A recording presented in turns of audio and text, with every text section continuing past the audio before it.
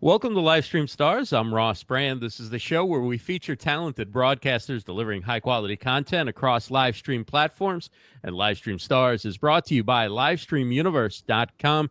Get your daily live stream update with our show recommendations every morning in video form on our Facebook page by going to facebook.com/livestream Universe. And a couple of programming notes. I have the honor of being a guest on a few shows this week. Tomorrow night, I'll be on Ask Zeph with Zeph Zan. We'll be talking about 5 excuses that keep people from going live.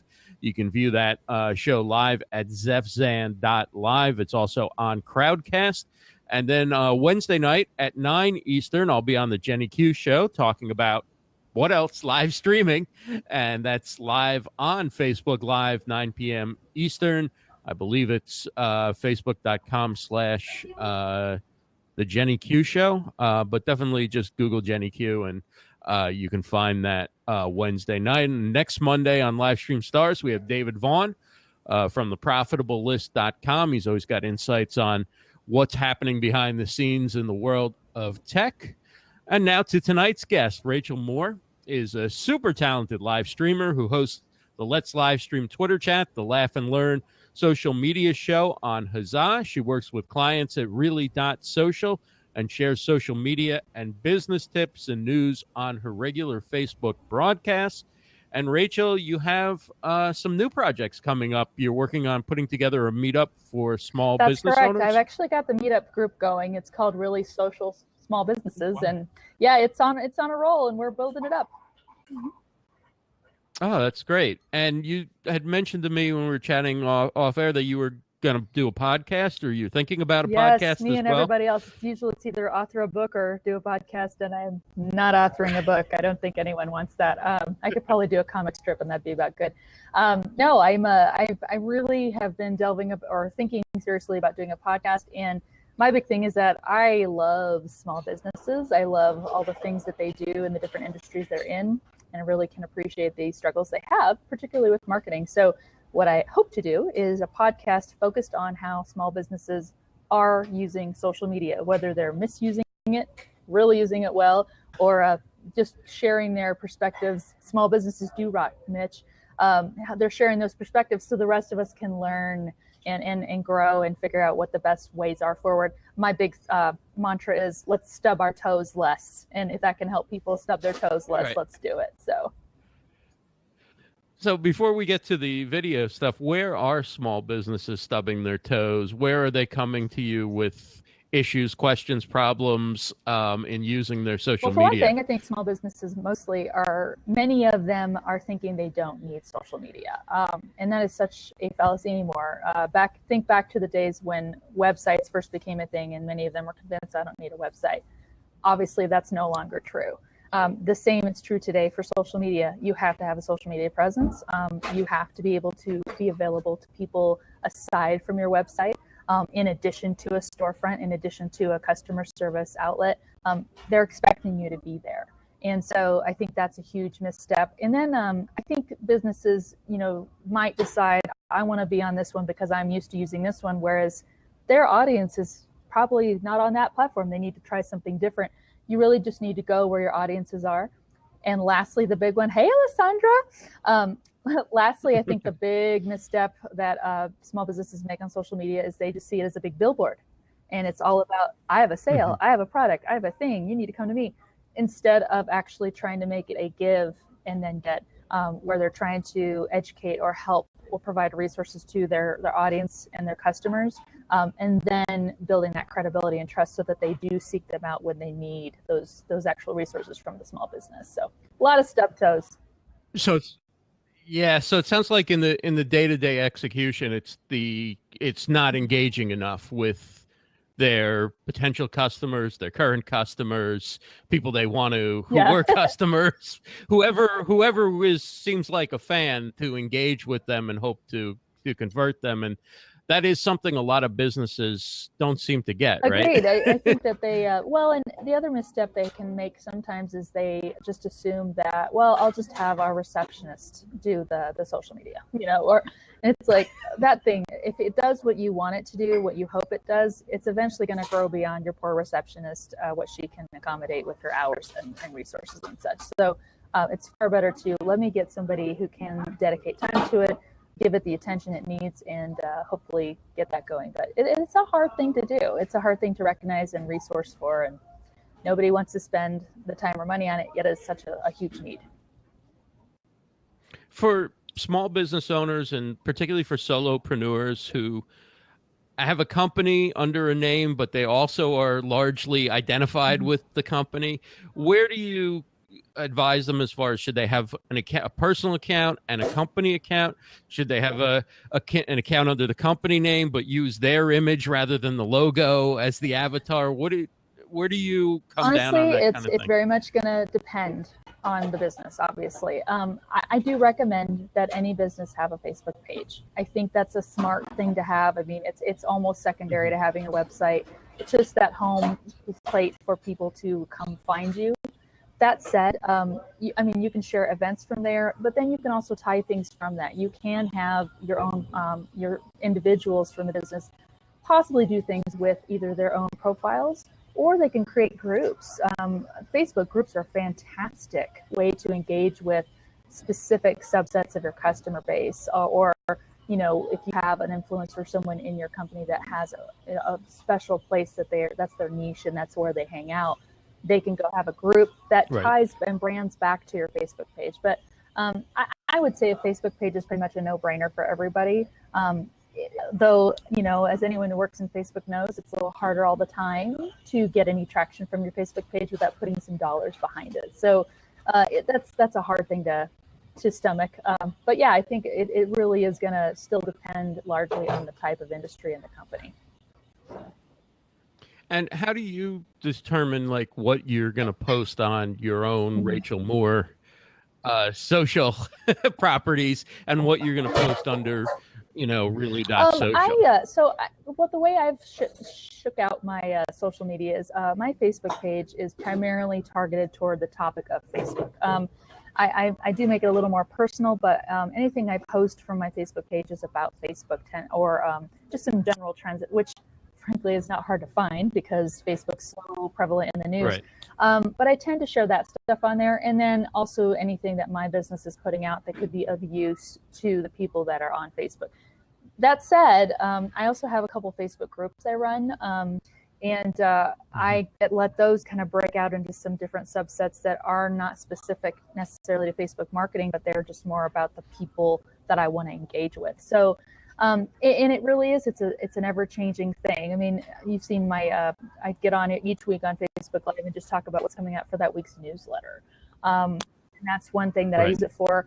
And I like that because it makes it episodic. It's something my audience can routinely expect me to do. But everybody's going to have a different strategy. Some people just get on Facebook or Facebook Live when they're about to do an event. But that's kind of what I've used it for thus far, is that I make that a more personal marketing, businesses can use social media in this manner way to post.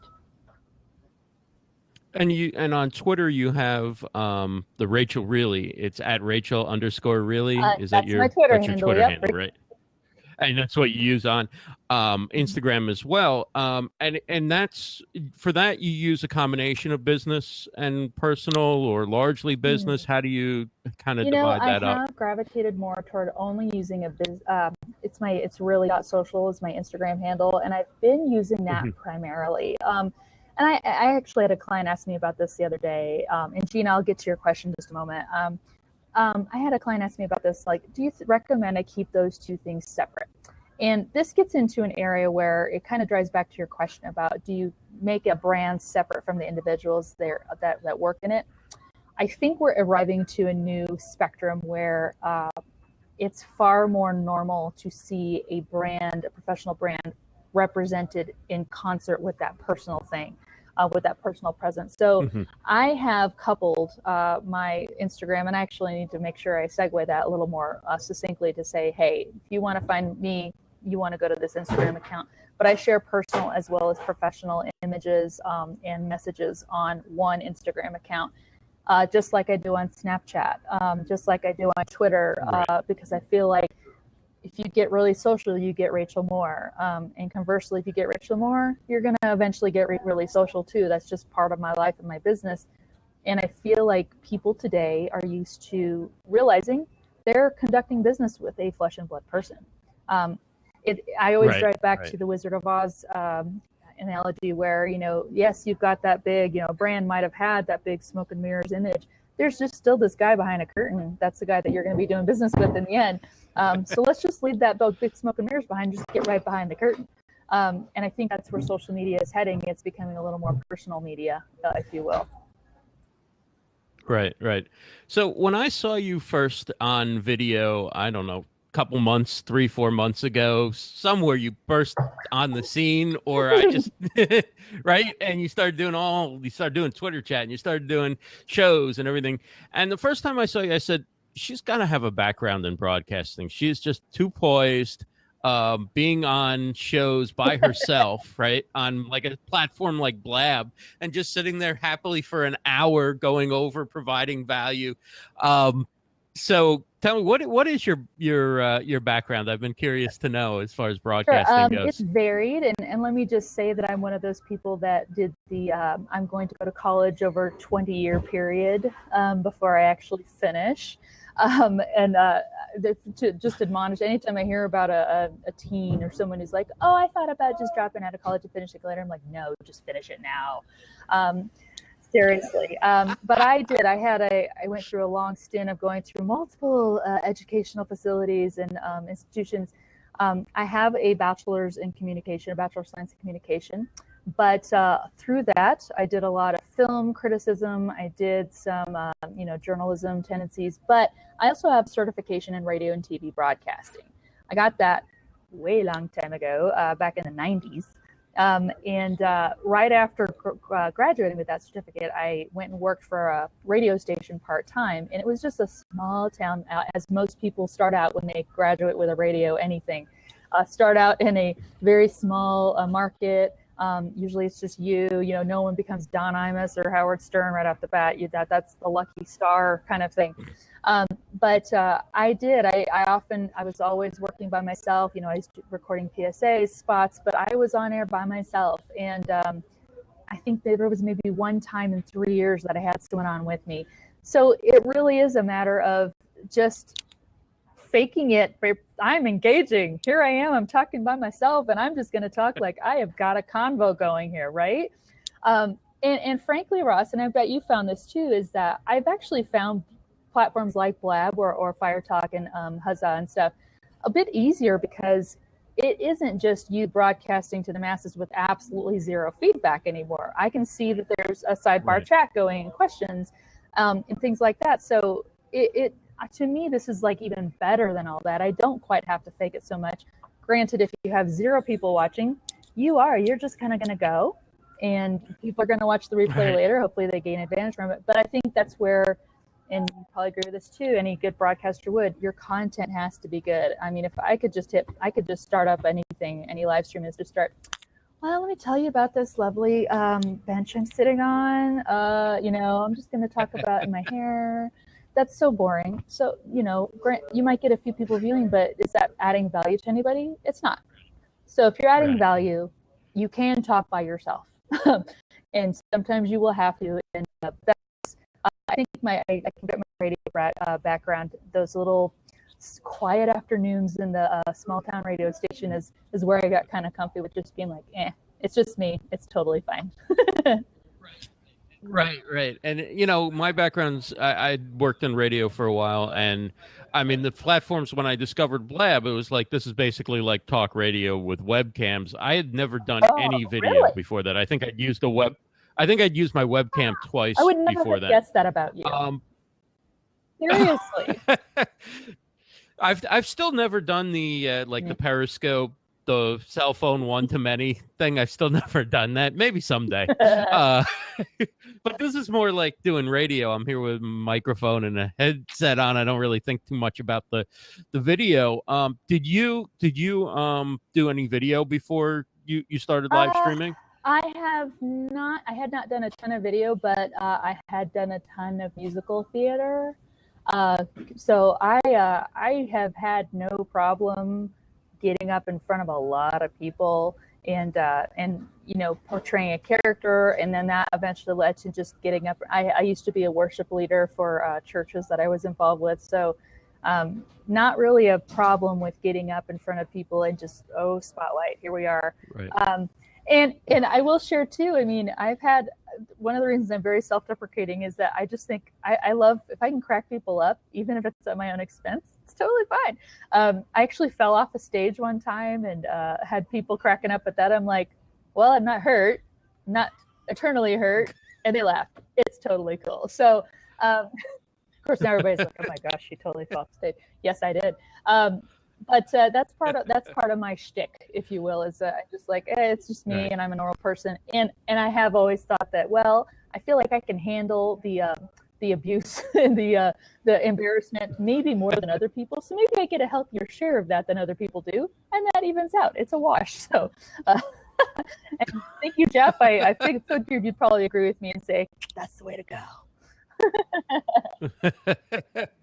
So how about when you're working with clients? Do you advise them to use video? Do they ask you about using video, or aren't most, small businesses really ready to be live streaming yet? I really can't wait to watch you on with Zeph about this topic. And Alessandra's on Let's Livestream Twitter chat recently about this. This is a huge roadblock for anybody. And it is. I think it's a valid roadblock. I think people freak out at the notion that, oh my gosh, there's a light on my camera and people are watching this right now. Who's watching it? I don't even know people, and they can judge me. They will. You're just gonna get judged. But I think it does come to that. Hey, haters gonna hate. I still have a message to get out and whatever. But when I do talk to small businesses, they are usually just trying to get off the ground. They're trying to say, hey, I know I need to be on social media. Fine. What do I need to do just to get a pulse going? And you're like, okay, well, let's talk about the pulse you could have, but let's talk about if we wanted to do more than a pulse. What if you wanted to be a little more robust and eventually see some, website traffic or actual engagement happen? Maybe we could plan for that. And I absolutely, in a lot of the strategy sessions and consulting I've done in the last few months, I always bring up live video. I don't know how I could help but not bring it up. It's because with particularly Facebook Live, everybody's on Facebook Live. I actually just saw an infographic recently that said even business to business are using Facebook advertising more than LinkedIn, which you would think that they'd be still, oh no, LinkedIn's still the place. Facebook advertising is very effective. But then you see Facebook Live, it's pushed to the top of the feed, and you get exponentially more reach from a simple live video. I consulted with one company called Gut Monkey. I love their name. They do outdoor adventure for hemophiliacs and people with chronic diseases, people who couldn't necessarily get out and do adventures without some medical help. But they do that for them and they facilitate that. They have gone live, and it's been so fun for me to see the enormous reach they're getting. And they're so creative with it. It's like they tapped into this, like, hey, we could totally do this on video. And they got all creative with it and they just went crazy. And another client did that too, Personify Leadership, where they are like, we get up in front of people anyway teaching leadership workshops. Why don't we just demonstrate what we're doing? We have no problem just getting on a quick camera, getting on video. And they're seeing huge reach from that, and just more people seeing. And I think anytime someone is looking at a marketing strategy on social media, you have to factor in that live video can do tons for you, tons. I mean, I challenge anyone on here who's ever gone on live video, if you haven't gotten a notification from Facebook later saying, hey, that's the best performing post you have. Do you want to put some dollars behind that? And you're like, well, yeah, because it's the best performing post I did in the last week. So you have to, it's seriously something people need to look at. And again, there are options if people don't have anyone at their company they feel comfortable getting in front of a live camera. There are people who are ready to do that, to be like, no, I'll get on, I'll be your face for you. Just let me educate you. And there are different things you can do too. Find a social media advocate, someone who's a customer that's just been with you. If they happen to be good on live video, right, utilize that. That's a wonderful thing to do, especially if it's someone who's external to your company. That's an advocate. who's just there to say, hey, I can Mhm. get on live and do it. So, and Gina's, see, and then you got some people like Gina, being in front of the camera is a blast. It is. Right. And how are you seeing like live video kind of taking the business results to the next level, right? Like, so social media, maybe you're engaging with current customers. How is live video now maybe helping? Is it helping businesses actually draw in new people? Is it, where are the results? Like, how are they able to say, okay, since we went to video, before we used to just engage with our current customers, now we're acquiring new customers? Because I think it's easier on live streaming to do that because of the credibility and the trust and the personality than it is through tweeting and Facebook posts and Right. things like And that. I mean, if you look at video anyway, I mean, video is just the huge, distinguished type of post out there that gets way just more traction than an image. GIFs are kind of up there too because they're motion. You're seeing something in motion. I mean, I get so many too where I'll scroll down my Facebook feed and I just see a video. I'm far more inclined to like cover on it and kind of see, okay, do I want, oh, okay, I'll click on to watch it, so I can hear what's going on. It's absolutely legit. But then you've got live video where, to me, I think that a lot of consumers are taking that as an additional credibility. You're confident enough in what you're saying to go live.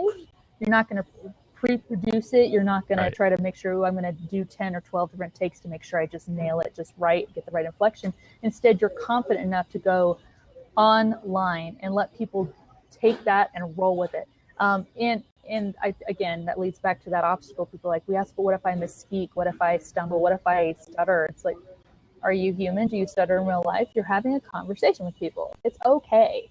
Also Facebook, man, their analytics on videos are awesome from a Facebook page though. Anytime you do a live video from not a Facebook page, from your own profile or your own event that you make tied to your profile or a group, you don't get those analytics. Where from a Facebook page, you really do. You can see the 3-second or more views. You can see 10-second views. You can see when people started dropping off of your video. So you can like, okay, well, I want to make sure maybe I should shorten these up, maybe say everything I need to, all the call to action right off the bat so they catch it.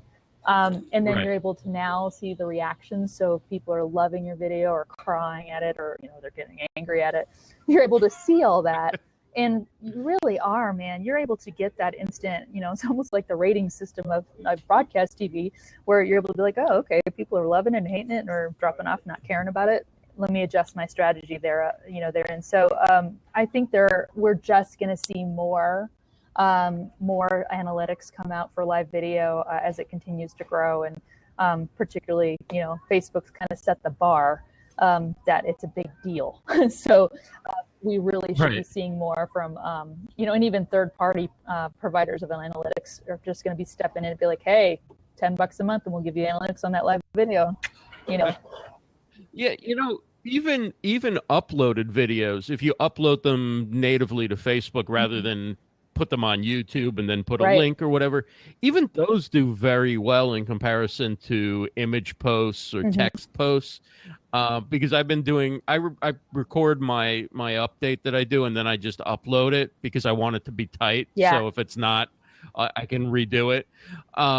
And even that, I mean, and yeah, I'm more aggressive in sharing that than I am in most of my Facebook posts. But it's like the difference between like you reached 7 people today or whatever, and you reached hundreds of people. I mean, it's like a huge difference. Totally. Well, and again, I mean, I do love my clients who ask like, what does it mean when it's a view? How long is that? Did somebody really watch the whole thing? And I think that Facebook is value in saying, okay, a view in Facebook analytics counts as a 3-second, that can be the time it takes for someone to kind of scroll through, oh, I looked at it and that's a view. But so if their thumb doesn't continue pushing their phone up and it starts auto playing, you get a view out of that. It's not an intentional view, but yeah, we'll take it. But then you do get the 10-second ones. So maybe they're just, even if they're just kind of hovering and kind of seeing, and I have my feed set to where it doesn't autoplay the audio. So I could just see it playing and I can be like, okay, what's going on here? Click it, and then I get to another screen. And that is letting me classify that as a view, but then it shows how long I'm with it. Do I watch it through duration? Do I drop off at a certain point? Those are the analytics people need to be looking at. And again, provided via Facebook page. I really long for the day. And again, what I was saying earlier, where I think we're getting more toward that personal drive, that personal profile thing, being used more than maybe a brand. It'd be fantastic if Facebook would step up and give those analytics to everyone and every type of Facebook video versus just ones from a page. You know, Chef Michael mentions that, you know, Facebook or doing any kind of live video can be a killer for people who aren't prepared. And one of the things I'm noticing where people are maybe hurting their brand is where they're saying, okay, I haven't been live in 3 days. I better go live today. And they don't have a plan. They don't have really anything that requires going live, or that they don't have anything to talk about. It's just time to go live, and they stay on too long talking about nothing. Usually when you have a plan, it's a tighter broadcast. Then I think, unlike, say, a Periscope or something, Facebook, there's a lot of distractions going on. You're getting Facebook messages, you're getting new notifications and all that. If you're not keeping it sharp, moving it along, keeping people interested, they're going to check out pretty quickly on Facebook Live. Man, what you said too just drives back. I mean, one thing I consistently tell people about social media is that you wouldn't go meet your best bud or even just a person that you hope to do business with. Let's just put it that way. You wouldn't go meet them for a coffee and show up and say right off the bat, well, I'm just showing up to this because, I needed to meet with you and hopefully I'll get some money out of this, but hopefully it's worth my while. And, let's start talking. Who says that? Right. And if you do say that, what's wrong with you? But why would you do the same thing if you go live on Facebook? It's instantly telling your audience, I really don't care about this. I have a strategist telling me to go live. So here we are, ask away, whatever. And it's just like, okay, gee, you still my heart, well, just, you just entice me so much. And no, nobody cares about that. And you really do. So agreed that you can totally kill yourself if you're getting on just because somebody told you had to push play. No, what do you can even ramp up and do some polls, ask people like, what would you like to see from here? Or look at your FAQs. Oh my gosh, that's a gold mine for content ideas. If you have just this question you keep answering over and over again, do a Facebook Live about that. Say, a lot of you have been asking this question. Here's the answer. It's perfect. I mean, that's something that can live on, and you can repurpose that, and it provides an instant service for the people watching you. So start with your audience, just like you'd meet that person for coffee. What do they want to talk about? Why are they meeting with you? Why are they giving you a time of day and giving you more than 3 seconds of a view? Right.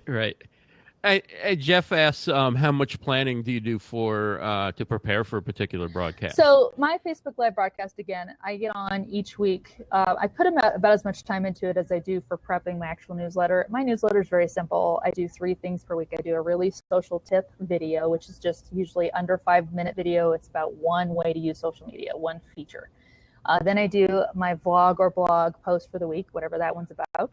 And then an event coming up that might be of interest to the person. So just 3 hits. And so when I get on my live video, I'll talk about that. Usually either the how-to video or the vlog is on a specific topic, and I might delve a little more into that, saying, here's why this is important to you, because here's what you can do with this. And you'll learn more if you sign up for the newsletter or go watch that how-to video I did. I do write out some notes or kind of rehearse it in my brain before I go live to go, okay, here's what I'm going to talk about, I want to make sure I kind of hit this. That said, as we know, Facebook Live and even, Fire Talk and things like that, you are having to react to the people commenting. I find, that's why I found, it's interesting what you said about Periscope. I don't like that as much because the comments come up and then go away like smoke, and you're like, I missed it. Right. Whereas at least in Facebook, if someone comments, it's retained, and so I can say, okay, so maybe I've lined up 8 questions. I can hit those one by one. But you still have to do that live interaction and stuff, which that can also throw broadcasters off as well. So you kind of have to plan for that too. Be like, okay, I just encourage people to, and as broadcasters, take a deep breath. It's okay to just go. and then just keep talking. It's fine, because then you're like, okay, let me just assess where I just was. Let me formulate my thought, and we're back. It's totally fine to do that. So, doing an interview show is obviously very different than doing a one-to-many broadcast in comparison to how you would prepare for it or whatever.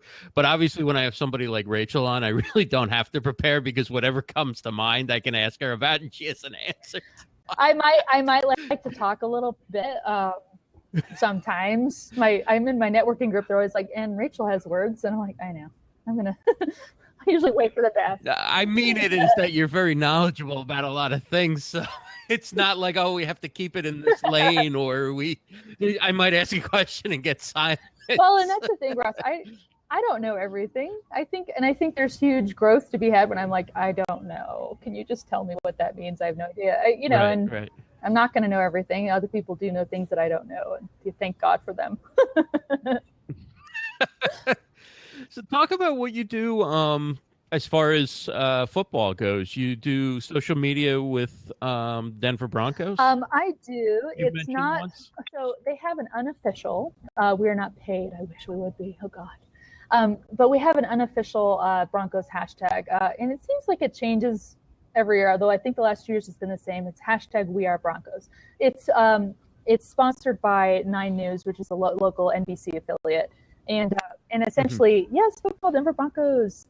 Oh, that's okay, David. You don't have to love the Broncos. You just have to love our Twitter chat. So each game we'll get on. And this, I think, I found out about this about 6 years ago, and I think that's when it started. Misty Montano works for 9 News here in local Denver, and she started it up. It wasn't that hashtag at the time, but it has grown to that. But essentially, it's just a bunch of us. We love watching the games. We watch them, and we tweet at the same time. That honestly is the way I love to watch TV, because if you think about it, you always see a hashtag on the bottom of your screen on any television program, including sports. So, you just enter that hashtag, and if you're tweeting to that hashtag, you're part of that conversation. And we love talking about it. I will confess that most of the tweets that I do are coming from the person on the couch next to me, because my husband, I swear, if he could get a job in football broadcasting, he will call, and then you'll hear them say it on the TV 5 seconds later. I'm like, how do you do that? And but so I'm usually tweeting what he does, but then I do know a little about football, so I'll get on there too and just be like, oh my gosh, what was that? What kind of call was that? And whatever. And then of course, if we know the handles for our favorite players, we'll like, oh my gosh, and freak out about that. You'll tag them and stuff in the tweets. Totally. And, do they ever respond? No. But never. Why, too big for that. Yes, exactly. They're too well, and also I think it's against the rules. They definitely can't respond at the time, and later they give me no love. That's okay. But it's a fun little community. Yeah, you would hope they don't really have a phone down on the field, right? Like, oh, I got a tweet from Rachel. I got to respond. Hold up, Coach. I'll be right out. Just got to finish this tweet. Yeah. Well, I think there's a rule. I don't think they're allowed to even engage in any of that stuff on there, which is probably a good thing. They are earning a little more money than me. But I just love that community. And that's where I got into Twitter chats at all, was that hashtag, several years ago, where it's like, oh, this is a conversation. And this is where, so then I started kind of learning more about other Twitter chats, like hashtag social road trip or hashtag mobile chat, or those other, chats that are on a topic of conversation. And really, there's tons of them. I mean, you'd be hard pressed to not find something, or just go start one. That's about a topic that you're interested in. And I love that part of Twitter. I love it. Speaking of social road trip, there's going to be some folks out in Denver. That's right. Soon or now. I think they're out there already. Chris Barrows and Joel Renner. And that's right. Those folks. Are you going to any sort of social road trip events out in Denver or anything? And can help me in the sidebar, I think. So I think on Friday night we're doing a brewery and then kind of tooling around 16th Street Mall, which August is a perfect time to do that because it's totally, it's nice, it's dry outside and whatever. I believe we're volunteering Saturday, and I can't remember the name of the place we're doing it. It's a children-related charity, but we're all going to volunteer together. We're breaking apart for lunch to do what we will, and then I think we're getting together again for a dinner and kind of drinks and possibly karaoke. I think we were trying to work that in. But yeah, some of us locals are getting it together and welcoming some of our outer townies and creating a social road trip event this weekend, which I'm very excited about. Plus, I think Chris and Joel have their Edu Web conference here. So that's a big reason they're here too. But yeah, kill two birds. Let's get it done. It's going to be fun. Yeah, that's great. Talk about the Let's Live Stream Twitter chat. Wednesdays, 3 p.m. Yes. Eastern. Is that the only Twitter chat that's focused just on live streaming that To you my know about? knowledge, I did some seeking when I was like, well, I'd love there to be a Twitter chat about this topic. Is there one? And there wasn't. And I'm like, oh, should I start one? I don't know. I love it. And again, I think it's so the driving force behind it is to lower that threshold. I want more good people to be using social media to its fullest capacity. And right now, live video, social video is the fullest capacity pretty much. I think we're going to get into 360 video and stuff like that. That gets a little more complex.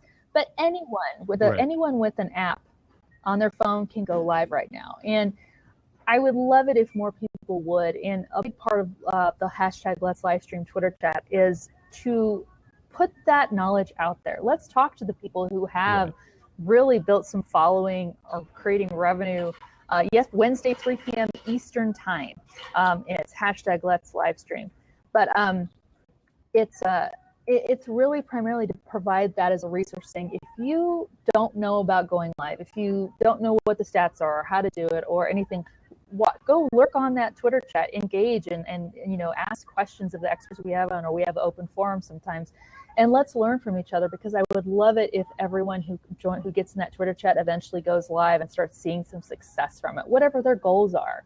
And again, there's I think Brian Fanzo a few weeks ago, like I think I shared some article about yet another live streaming thing. He's like, great, just another one we all have to know about, because there's just no end to the live streaming apps out there.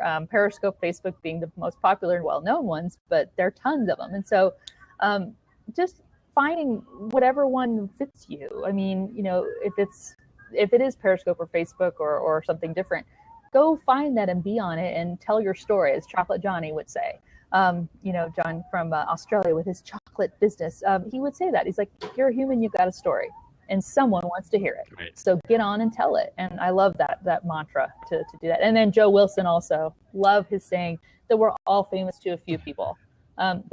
There's going to be some group out there that just thinks you're the bee's knees. Yes, I am aging myself. But get on there and talk to people who want to hear from you. So. Right. And are you still simulcasting it on Periscope? I did not do that this last week. I went on Facebook Live from the group. There's a hashtag Let's Livestream group on Facebook, and I went live from there just to kind of try it. And I liked that all right. I did instantly see a benefit from being able to not have comments float away, but I also didn't get the same viewers I'd had on Periscope. So I don't know, I may figure that out if I want to do it. It does make sense to me to say, hey, we're tweeting about live streaming, maybe we should be live streaming at the same time. I do want to keep doing that. I think I'll pop back on Periscope this next week and do that. That's really the only Periscope I do, is that weekly broadcast. But I like that. I noticed that Madeline Sklar, she'll go on Periscope after her Twitter Smarter Twitter chat and give a recap. So I kind of like that it's being, segueing and still getting that content out via those other apps. That's interesting. Fun. Yeah. And then Tuesdays at 2 p.m. Eastern, 12 noon Mountain Time, you host Laugh and Learn social media with Really.Social. Yes, I'm adding the link in the sidebar. Yes, so this year, and this kind of segues into what we had talked about a little earlier about some different plans coming up down the pipe. This year, I do it every Tuesday, and each week of the month has a different focus. So this week, it'll be Who's Who in Social Media, and I am featuring guest Carlos Gill. And I'm very excited about that because Carlos is the man. He is the man of the Snapchat fam. He's the man of Real Talk, and he keynoted Social Media Day San Diego 2016. So I'm excited to have him on there. I love Carlos too. He is so undyingly energetic about Snapchat being able to be used for business, and to me that correlates to that more personal touch of social media and messaging being able to be used for business. So I love that he's going to be on tomorrow. But then I do what's happening in social media, Second Tuesdays. That kind of just recaps all the different things that are happening and developing in social apps. Then I do when and where in social media. That often can focus on automation. Where should you broadcast, or where should you post? When should you post? We did one with Mark Goeth was on, and we talked about those special domains like .live and .social. So it's kind of just the geography and the timing of social media. Right. And then the last Tuesday of the month is the how-to. So usually I hone in on how to use a specific app. And this last month we did LinkedIn, how to use your profile and just really dig in, creating a custom URL, beefing up, your publicity settings on there, adding assets like files and PowerPoints to your, I don't know if you guys knew you could do that, to your LinkedIn. You can add PDFs and stickers and images and make it like a ding dang portfolio. It's amazing.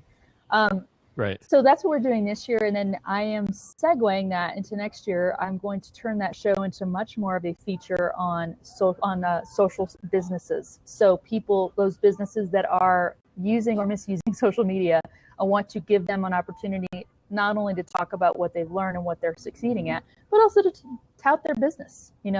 We small businesses make this world go round. Let's get these guys out there and let them talk about what they've learned and get them some publicity and support them. And I'm a big fan of that. So yeah, I'm keen to do that, and that's why the Facebook group and the meetup group is starting that up. So because I need to start lining up some small businesses to feature. Wow. Excited. You keep busy. You definitely keep busy. Yes. Ask me what I was doing today. That'll be at the end of the show. I'll be like, how hard was it for you to get here on time today? Now, are you still very active on Snapchat? Because once you canceled Car Talk, I stopped using Snapchat. That was the only thing. Oh my gosh, I'm sorry. I hardly use that. No, it's too much. I have too many things going on, and it's not my favorite. I know, like, the knives are coming out for me, and they'll be marching down the street burning torches. No. But I just, of all the different platforms, that's just not one that I have the time for. That's okay, Ross. It's okay. I can live guilt-free. Guilt-free. It's okay.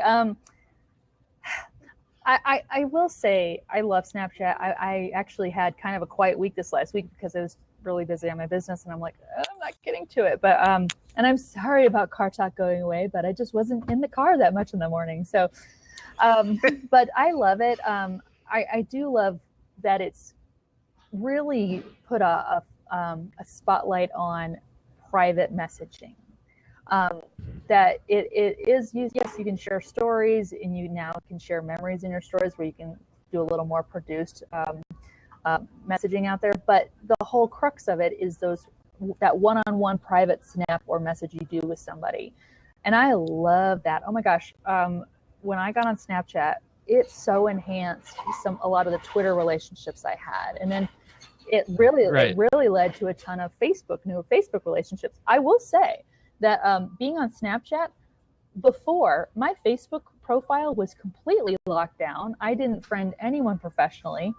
And Snapchat turned that on its head, because then I started, I'm friends with them on Snapchat, so I should friend. Oh, then I'm friend. Okay, so then I have just added a ton of Facebook friends because of Snapchat, which I think's added to my personal branding. Just something I never tapped into before. So I think Snapchat is a fantastic supporting app. I know a lot of people they're full in on Snapchat, and that's it. That's totally cool. There's such creativity. There are so many creative people on there. It's a fantastic way to just be creative and use some things and just be real. And I do credit it a ton for bringing that reality, that transparency back into business, and really fostering that into this new era we're coming into, where, hey, people realize you're a real person. You want to do business with a real person. And if they know who you are for real, you're more likely to get their business. So I think it's good. Do you find it's easier to get responses from people with a DM on Snapchat versus a DM on Twitter or Facebook? Well, yes. Snapchat versus Twitter, yes.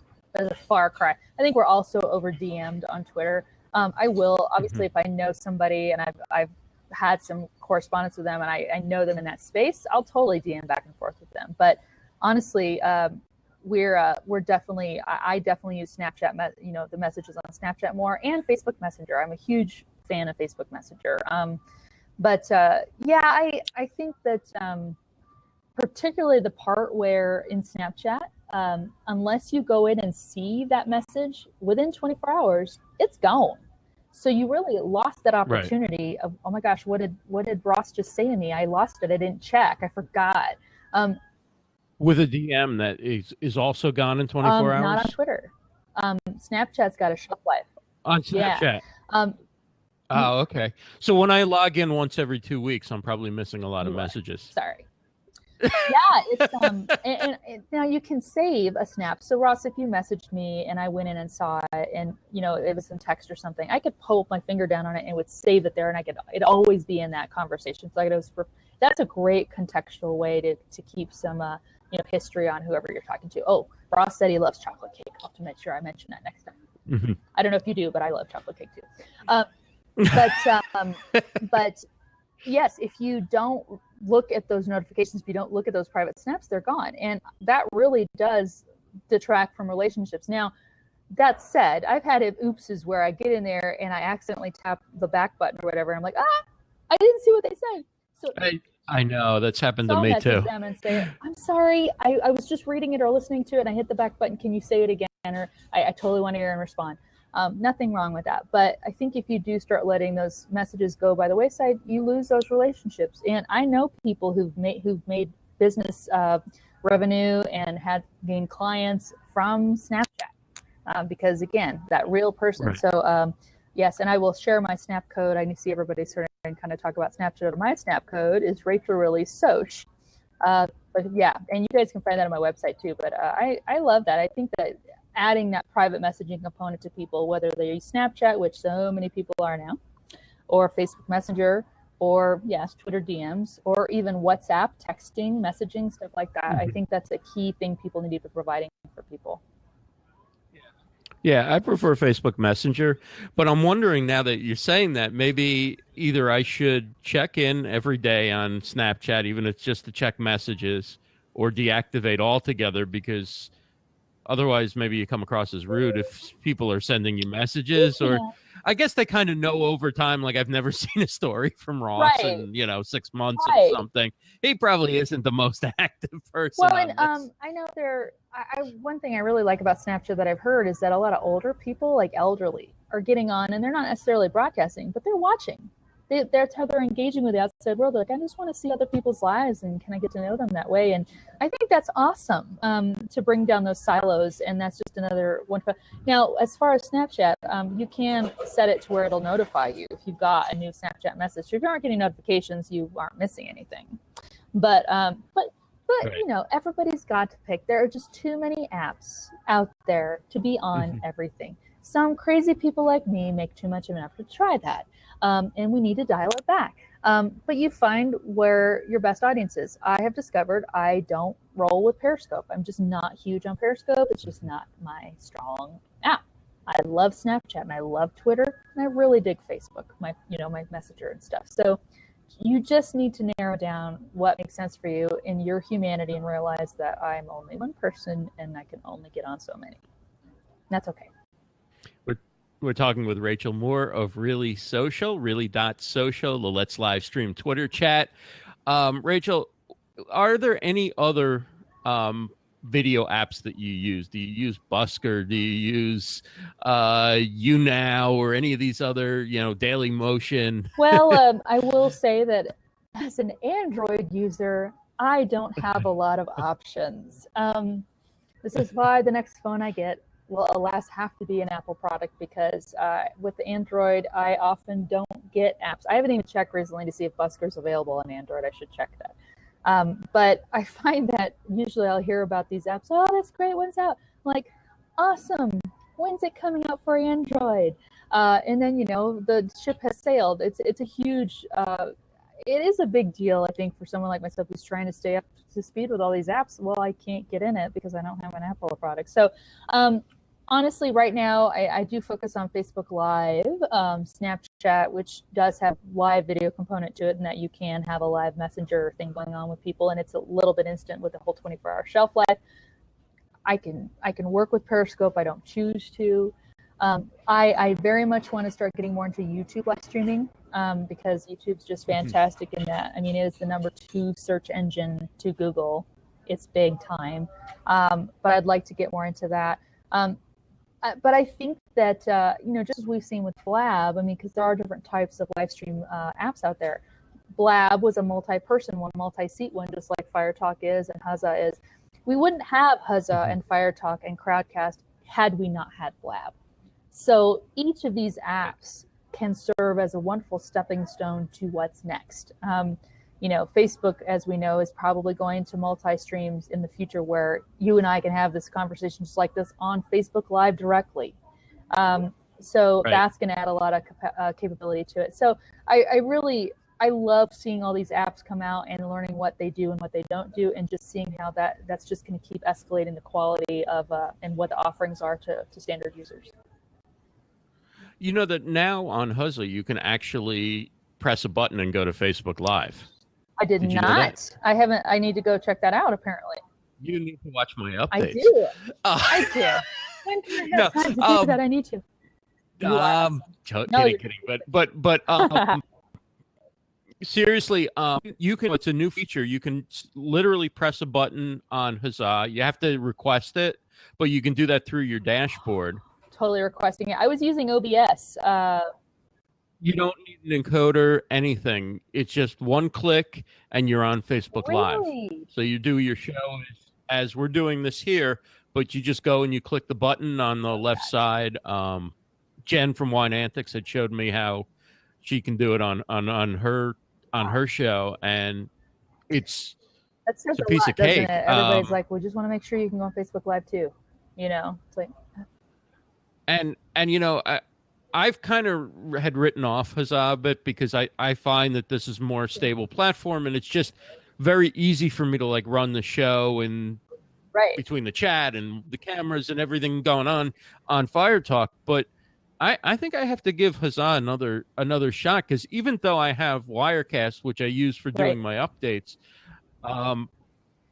when I'm doing the show, I want to focus on the show. And so the idea that I could go to Facebook Live, let's say right now, while just focusing on the interview and chatting with the people on the platform, because I think the people who come to watch your show on the platform and are participating in the chat and your guest are the first priority, not can you take it to another platform and hopefully catch one more person who wasn't expecting it in their feed or whatever.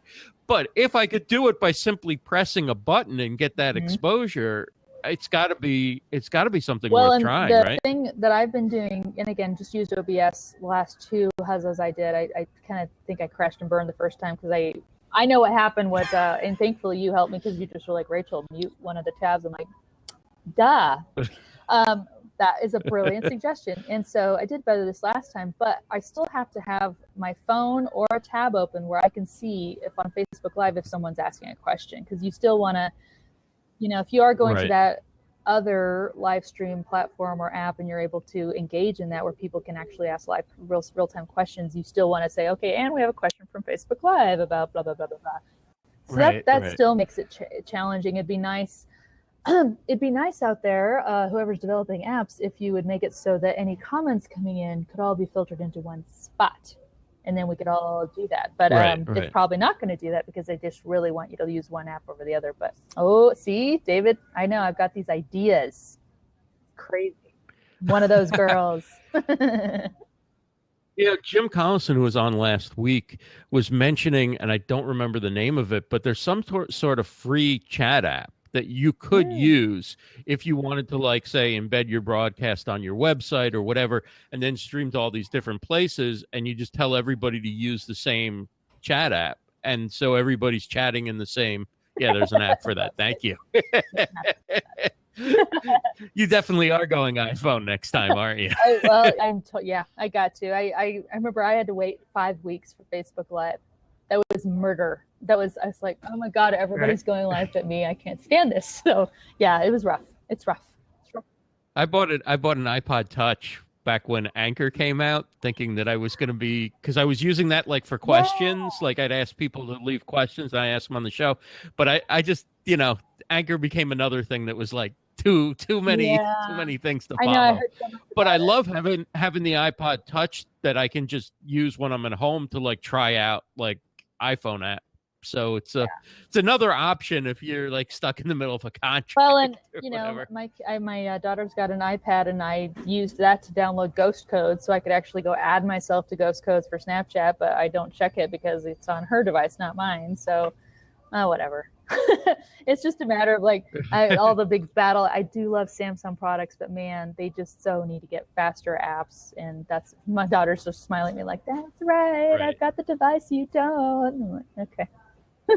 Rachel, Oh, she's got the iPod, yeah. huh? She's got the Oh, she's got an iPhone. iPad. I'm not getting my kids a smartphone as long iPad. as I can avoid it. Right.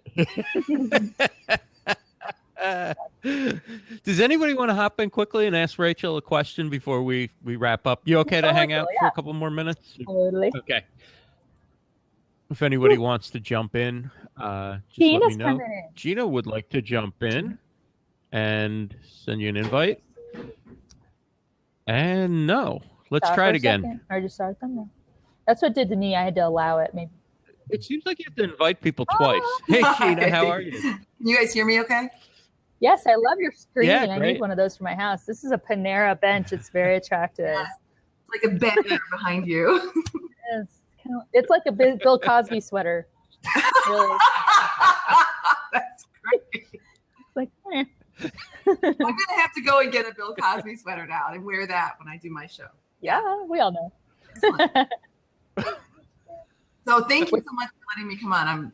I'm sort of new to Fire Talk. I was doing some blabs in the past, and I'm actually getting a show sponsored. So I'm going to be starting a show later this month, and I had questions for you on the best way to promote it, because I want people to come to the show, not necessarily people from Fire Talk, but just other followers. We're trying to do this like a true news show.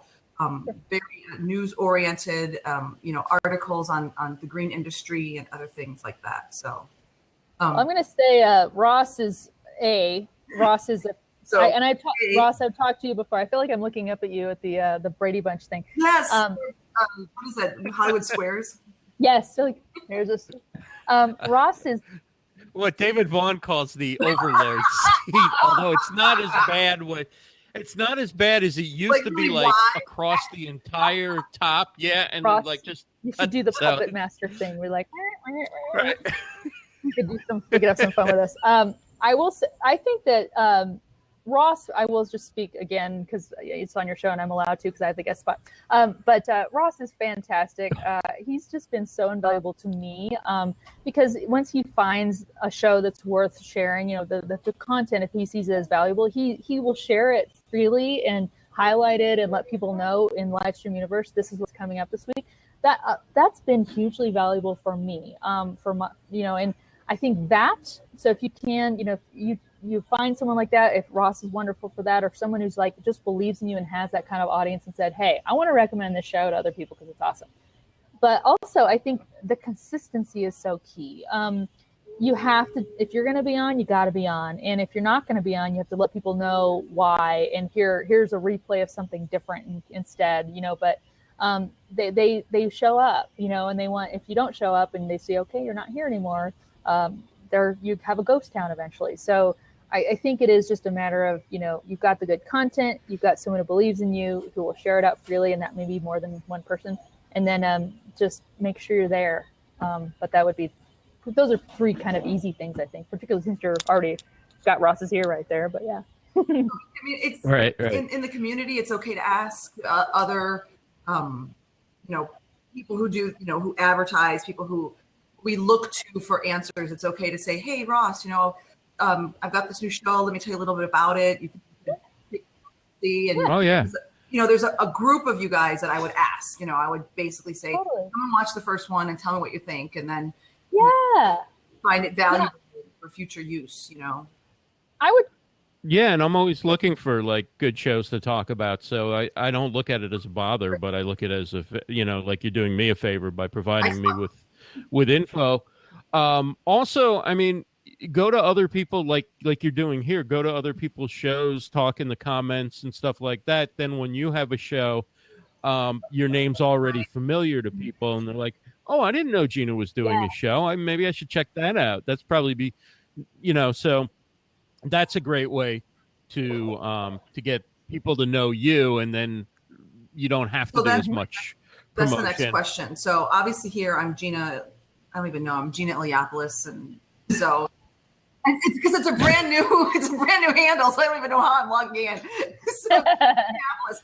But so when I do this promoted show that I'm doing, it's going to be with Greenmark PR, and it's not going to be my name. So I start out by making sure that everyone knows my name, and then introducing myself and making sure that people recognize me as an individual as connected to this promoted show.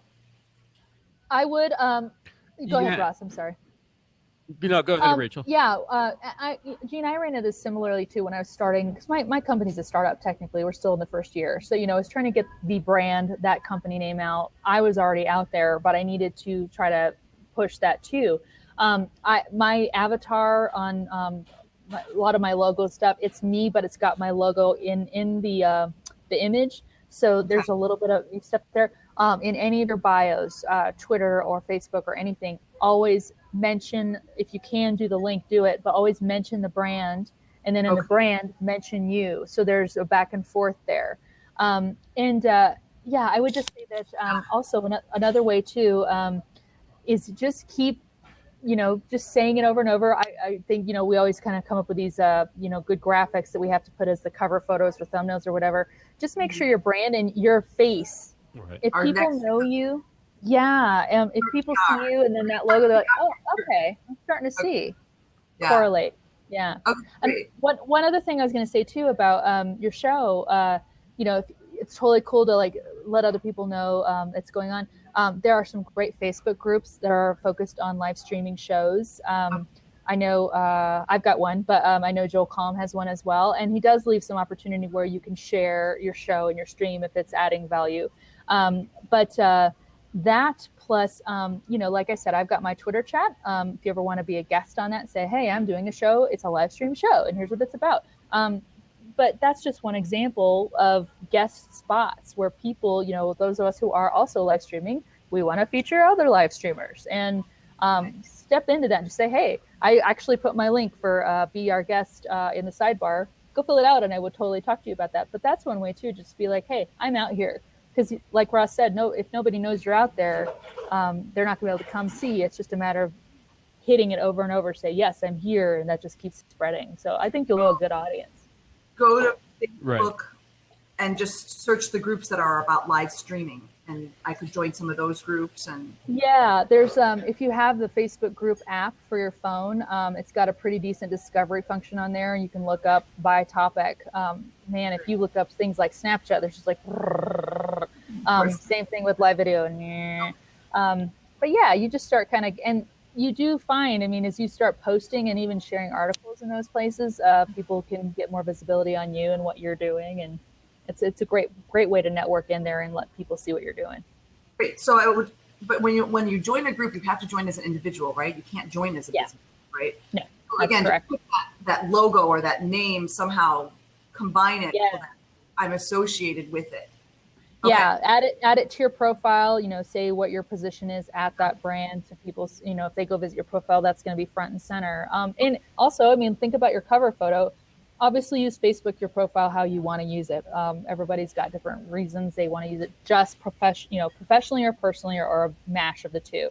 But you can change your cover photo. Maybe it's a picture of you with the brand logo. So there's a really cool logo that I could use. We had a 3D copy of it made. It's like this plastic image of our logo, and I could just put it on my shoulder and I could do that. Nice. Everyone would associate my face with this logo, and that would work too. Totally. Just make those where there's, I see you, I see your brand. Okay, you are together. You are the same. So I'm trying to read all the comments. So thank you, Gail. Thank you, Jonathan. Thank you, Rachel. Thank you, Ross. So I'll do all this and all these things that people are telling me to do in the comments. So I'll subscribe to people. I'll find people. I'll go to your guest. I'll do all this stuff on the side. I have all this it stays there, right? That stays there. Okay, good. I know. So thank you for letting me be on your show. I really appreciate it. And hello. Yeah, great question. Recognize me in the side. You know, I've been waving at people left and right. I've been on in a while, and now I have this opportunity. So this is going to be really great. So wait, careful what you ask for. Careful who asks for. You. Ed. Maybe that's so, but Ed, experiential Ed, is sitting right next to me because we're married. So. Oh, sure. You're like, what do you mean by that? Exactly. That's awesome. No. Like, oh wait, he's coming over. I think he's going to try to make an appearance. Hey. So thank you all very much for your help. I really appreciate it. I'm already part of Jonathan Tripp's Blab Nation. I'm on that group, so I'll join some of the other ones, and then I'll just start letting everyone know because it's on the third Thursday of August, and I don't have it scheduled yet. So I'll let everyone know, and maybe everyone will be interested in seeing what we're doing. So thank you. I really cool. Thanks a lot, Gina. See it. Thank you, Gina. Yeah, thanks. Does anybody else want to hop in with a quick question? We're talking with Rachel Moore from Really.Social. Long Monday. Rachel's dancing on the Panera The Bill Cosby Panera cap sweater. I don't even want to say his name because somebody will think, oh, he's a fan. He doesn't know what's I hate him because he ruined all the humor. And like I used to love his humor. Now I'm like, it's bittersweet anymore because he's, yeah. But yeah. But yeah, I would love if everybody. I am going to be on tomorrow with Carlos Gill. I feel like I will need to have 5 cups of coffee before I go on with that because if I thought I had energy and could talk to that guy, will give me a run for my money. So it's going to be good. Wow. All right. Well, thank you so much, Rachel. This has been amazing. You're always welcome to come back anytime. Love what you're doing, and Sam, you're a real combination of talent and goodness, kindness, which is really, really hard to find. So. Well, back at you, man. Like I said, I sing your praises all day long and still wouldn't be done. You're a quality gem of a human being. So I appreciate being on your show of anyone's show. So thank you so much. Thanks, everybody, for joining us. I will be on Zeph Zan live tomorrow night. Wednesday night, I'll be on the Jenny Q show. And then next Monday, we're back with David Vaughn here on Livestream Stars, Monday, 7 p.m. Eastern. Fire Talk, you can always get there by going to rossbrand.tv. Have a great night, everyone.